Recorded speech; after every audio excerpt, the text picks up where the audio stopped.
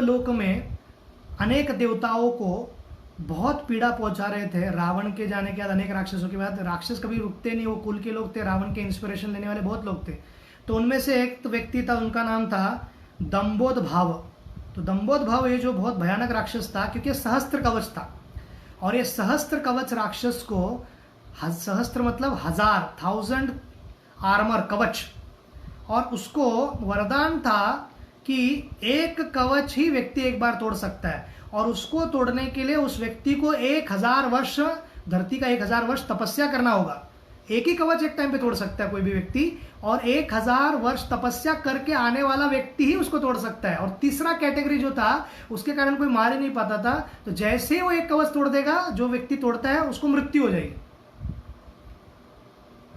तो नर नारायण ऋषि ने टैग टीम किया, और दोनों टैग टीम करके, एक व्यक्ति आक्रमण करते थे, दूसरे को मृत्यु आता था, तो देवतागण अनेक अनेक प्रकार के जड़ी बूटियों से उनको बड़ा करते थे, जीवित करते थे, फिर वो तपस्या करते थे। फिर नर नारायण ऋषि टीम बाय टीम्स कोऑर्डिनेटली मारते गए, और 999 कवच उनके तोड़ दिए गए। तो बचा केवल एक कवच, ये किसका? दंबोद भाव राक्षस का। तो एक कवच बच गया, तो उसको लगा मैं कभी मरूंगा ही नहीं, पर जब देखा कि इन्होंने मेरे से भी भारी ये लोग है, तो दौड़ते दौड़ते गया कहाँ तो आश्रय लेना, और उनको पता है कि क्षत्रिय हमेशा आश्रय देते हैं, तो दौड़ते हुए गए और सूर्य का आश्रय ले लियो। अभी सूर्य क्षत्रिय थे, और उनके वंशज में हम देखते हैं कि क्षत्रिय थे मतलब देवता है, परंतु उनसे ही प्रारंभ होता है ये श्री रामचंद्र का रघुवंश। तो सूर्य ने आश्रय लिया, और नारायण ऋषि कहते हैं कि इस मूर्ख को छोड़ो मत, बहुत भयानक है, बहुत लोग की मृत्यु कर दिया, ऋषि मुनियों को मारा है, देवताओं को परेशान किया है, अरे कृपा करके अपनी आसक्ति छोड़ दो और इनको दे दो। कहते हैं कि नहीं, मुझे लगता है कि इसे आश्रय देना चाहिए। तो फिर नारायण ऋषि भी सोचते हैं कि सबके सामने सूर्य का जो मान सम्मान है वो कैसे तोड़ दे, तो उनको छोड़ देते हैं। पर सूर्य जैसे ही उनका संग लेना प्रारंभ करते हैं, उनको मालूम पड़ता है कितना दूषित है। तो ये चल रहा है सूर्य के लेवल पर। अभी हम ले जाते हैं प्रसंग को धरती पर। धरती पर प्रसंग इस प्रकार से है कि जो पृथा है उसको गोद दिया जाता है कुंती को, कुंती भोज को, राजा को, और उनका नाम पड़ता है कुंती, और पृथा बनती है कुंती। और ये 9-10 साल की होगी, या 12-13 साल, बड़ी नहीं थी। वो बहुत ही एक्सपर्ट कुक थी, और बहुत अच्छा अच्छा व्यंजन बनाती थी, और सब कलाओं में निपुण थी, शास्त्रों में निपुण थी। तो कहीं पर भी लड़कियों को शास्त्र पढ़ने से वंचित रखा नहीं जाता था। केवल वो गुरुकुल के आश्रम में जाकर एज अ रेसिडेंट, आश्रम निवासी नहीं बनते थे, गुरु घर में आता था और दिन भर पढ़ाता था, और फिर वो अपने घर में रुकती थी। तो इस प्रकार से उल्टा उनको दूर, फैमिली से दूर जाना नहीं पड़ रहा है, माँ बाप का प्रेम भी मिल रहा है और ज्ञान भी मिल रहा है, तो डबल बोनंसा है। परंतु जो तथाकथित नास्तिक प्रवृत्ति के लोग हैं, इस प्रकार से स्पिन करते हैं कि एजुकेशन केवल, बाद में जो गलत धारणाएं आए और फिर लड़कियों को पढ़ाने में ज़्यादा इंटरेस्ट नहीं लेते थे, वो 200 साल से हो या 300 साल से हो, वो तो गलत धारणाएं आई है। उसका मतलब ये नहीं कि वैदिक सभ्यता में ये ओरिजिनली था। कुंती से तो नहीं पता चलता ओरिजिनली था। कुंती तो सब शास्त्रों में निपुण थी, बुद्धिमान थी, सब कलाएं आती थी, कुछ धनुर्धर विद्या भी उनको थोड़ा बहुत आता था, और कुकिंग में तो सुपर एक्सपर्ट, कोई मैच नहीं, कोई मैच नहीं। तो दुर्वास मुनि करके एक फेमस साधु थे, वो राजा के यहाँ पे आते हैं। बहुत सारे कुक कहते हैं कि हम छुट्टी पे जा रहे हैं, इसको खाना बना के खिलाना मतलब प्राण जाने जैसा है। तो राजा उनको कैसे तो मनाते हैं और कहते हैं कि इनके हजारों शिष्य, इनको आप खिलाओ। दुर्वास को क्या करूँ, दुर्वास को क्या करूँ? वो कहते हैं मेरी बेटी आपको संभाल लेगी। अभी बेचारी, क्योंकि दुर्वास कभी किसी से प्रसन्न नहीं होता था। हमने रामायण में भी देखा, जैसे दुर्वास जी को गुस्सा आता है और लक्ष्मण जी को फिर त्याग करना पड़ता है अपने प्राण का, पहले राज देश से निकाला हो जाता है। दुर्वास का बहुत बड़ा हिस्ट्री है कि वो गुस्सा जल्दी हो जाते थे। तो मुनि बहुत महान है, परंतु क्या कर सकते, नियंत्रण नहीं, थोड़ा गुस्सा पर होता है। तो ये जो दुर्वास मुनि जी है, वे आते हैं, कुंती देवी उनको बहुत दिन सेवा करती है। दुर्वास मुनि एकदम क्या कहते हैं, ना भूतो ना भविष्यति, वर्णन नहीं किधर, प्रसन्न हो गए और कहा मैं तुमको आशीर्वाद देना चाहता हूँ। बच्ची ने कहा मुझे आशीर्वाद नहीं चाहिए। तो पूरे डिटेल में हम जब कुंती देवी का चरित्र आएगा हम तब चर्चा करते हैं। तो उनको आशीर्वाद दिया गया कि कोई भी देवताओं को आप आगमन करा सकते हैं और उनको बुला सकते हैं, और आपको उनसे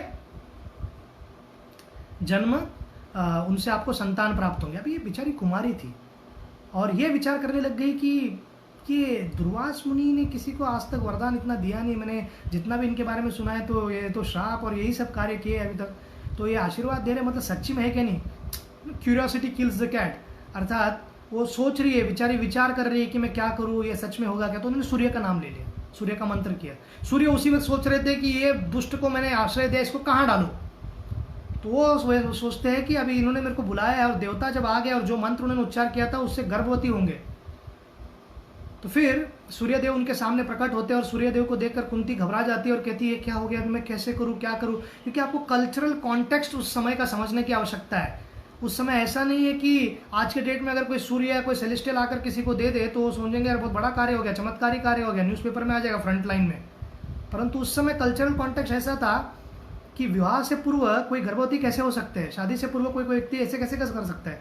तो इसलिए कुंती देवी बहुत विचार विमर्श करने के बाद ये सोच रही थी कि आगे क्या होने वाला है। सूर्य को बहुत हाथ जोड़ती है, पहले दुर्यास को हाथ जोड़ती है कि मुझे आशीर्वाद की आवश्यकता नहीं, आप खुश है उतने बस है, वो जबरदस्ती दे के चला जाता है। अब बेचारी बच्ची थी तो ट्राई किया मंत्र, ना समझती। तो जैसे ही उन्होंने ये सब, सूर्य ने कहा कि आप डरिए मत, आपका कुमारी का जो है या आपका जो पवित्रता है वो भंग नहीं होगा, क्योंकि मैं दैविक प्रसंग से हो रहा है, कोई शारीरिक संग थोड़ी ना है।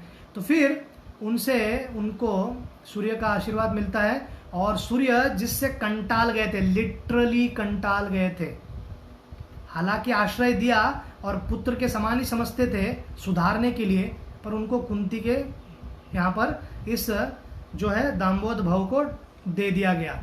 तो ये जो दाम्बोध भव राक्षस है ये उनके गर्भ में गए, कुछ समय के लिए रहे, और अन्य शास्त्र, कुछ शास्त्र कहते हैं कि कर्ण से प्रकट हुए, कान से, इसलिए इनका नाम पड़ा कर्ण। पर जब जन्म लिया उन्होंने एक कवच के साथ और सूर्यदेव का दिया हुआ आशीर्वाद कुंडल के साथ जन्म लिए। तो दिव्य कुंडल और कवच के साथ जन्म लिए। परंतु उनका जन्म तो हो गया, पर जन्म होने के बाद कुंती देवी विचार करने लगे मैं क्या करूं, कैसे बताओ, किसको बताओ, कौन मुझे रख पाएगा, कौन ये करेगा। इसका इसमें एक आगे कथा है कि काशी के पुत्र अंबा, अंबिका और अंबालिका थी, और अंबा को जब भीष्म जीत कर लेके जाते हैं विचित्र वीर्य के लिए, फिर अंबा प्रेम करती थी काशी के राजा एक राजा थे शाल्य करके। तो शाल्य के पास वापस जब जाते तो शाल्य कहते हैं कि तुमको स्पर्श किया है, भीष्म ने स्पर्श किया है, तो मैं तुमसे विवाह कैसे कर सकता हूँ। वो स्तर था। तो कॉन्टेक्स्ट समझने का प्रयत्न करो। दे वर नॉट नैरो माइंडेड, और दैट वाज अ स्टैंडर्ड। वो वहाँ का स्टैंडर्ड था, पवित्रता ये सब रखना वो स्टैंडर्ड था। तो उन्होंने उनको क्या अपमानित नहीं किया अम्बा को, पर कहा कि मैं नहीं कर सकता। फिर अम्बा भीष्म के पास गई, भीष्म ने कहा अरे मैंने तो प्रतिज्ञा ली है, डिटेल में हम भीष्म के टाइम चर्चा करेंगे। फिर वो शिखंडी बनते और मृत्यु का कारण बनते। तो ये स्टैंडर्ड था। तो कुंती के पास कोई रास्ता नहीं था। तो कुंती ने अपने एक बहुत ही निकटतम दासी को बुलाया, और उस निकटतम दासी को बुलाकर उन्होंने उनको कहा कि देखो हमको ये ऐसा हुआ है, किसी प्रकार हमको एक बक्सा बनाना होगा।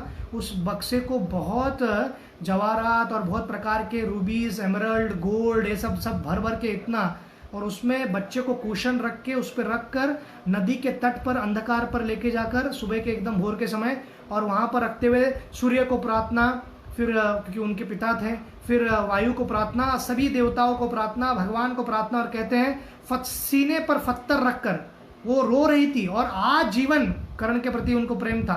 अब ये जो बच्चा है इनका नाम कर्ण, बचपन से कर्ण क्यों, इसके कारण अभी ये क्यों कर्ण से जन्म लिए थे। तो वे उनको प्रार्थना करने के बाद नदी के प्रवाह के जो प्रवाह का दिशा था वहाँ पर एक गांव था, और वहाँ पर सूत समाज मतलब जो रथ और पहिया बनाते थे क्षत्रियों के लिए।